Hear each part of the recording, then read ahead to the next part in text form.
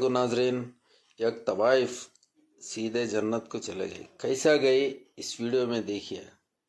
एक दिन हजरत शाह अब्दुल अजीज रहमतुल्लाह अलैह के पास एक अजीब और गरीब हुलिये वाला शख्स आया। उसका लिबास बहुत पुराना था, जैसे किसी पुराने दौर के अमीरों और बादशाहों का होता था। वो बैठा और उसने अपनी दास्तान सुनानी शुरू कर दी। हजरत, कभी मैं बहुत दौलतमंद था, नौकर चाकर, इज्जत व वकार, मगर किस्मत ने पलटा खाया, कारोबार तबाह हो गया और घर वालों ने भी मुंह फेर लिया। ताने और इल्जामात से तंग आकर एक दिन घर छोड़कर निकल पड़ा। चलते चलते एक मुसाफिर खाने तक पहुंच गया। वहां कुछ औरतें भी थीं जो बदकारी का धुंधा करती थीं। मैं भूख से निढाल था। एक औरत से खाना मांगा तो उसने बगैर कुछ कहे खाना दे दिया। खाने के बाद उसने पूछा, रात का क्या प्रोग्राम है? मैंने कहा, मेरे पास कुछ नहीं, बस उस खाने के बदले मजदूरी करवा लो। उस औरत ने मेरी हालत देखी और फिर मेरी पूरी कहानी सुनी। फिर वो मुझे अपने घर में ले गई। मैं डर गया कि ये तो बदकार औरत है, अब क्या होगा? मगर उसने एक छोटी सी थैली निकाली जिसमें 10 दिनार थे और कहा, ये पैसे मैंने अपनी मजदूरी से कमाए हैं, जिस्म बेचकर नहीं। ये मैंने अपने कफन के लिए बचा कर रखे थे,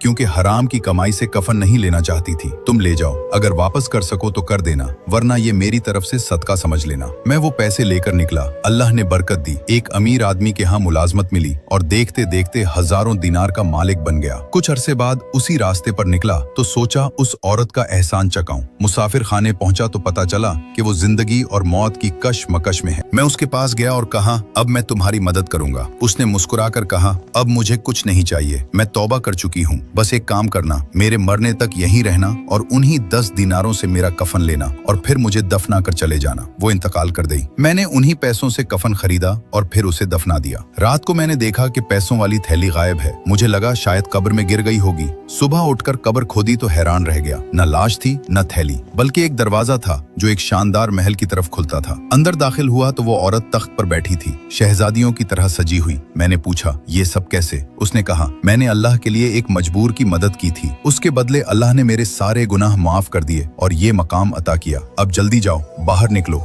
वरना जमाना बदल जाएगा। मैं जल्दी से बाहर निकला तो दुनिया ही बदल चुकी थी। इमारतें नई, लोगों के लिबास नए, सब कुछ अजनबी। एक बूढ़े आदमी से पूछा तो उसने कहा, हमारे दादा पर दादा बताते थे कि 300 साल पहले यहाँ एक शख्स कब्र में उतरा था और कभी वापस नहीं आया। मैं समझ गया कि मैं वही शख्स हूँ। ये सुनकर हजरत शाह अब्दुल अजीज रहमतुल्लाह अलैह ने फरमाया, तुम्हारे जमाने के सब लोग जा चुके हैं, अब तुम ऐसा करो, मक्का मुकर्रमा चले जाओ। वो शख्स मक्का चला गया और बाकी उम्र अल्लाह की इबादत में गुजार कर वहीं इंतकाल कर गया। इस कहानी से हमें ये सबक मिलता है कि गुनहगार की एक खालिस नेकी भी अल्लाह को इतनी पसंद आ सकती है कि वो उसकी बख्शिश का जरिया बन जाए।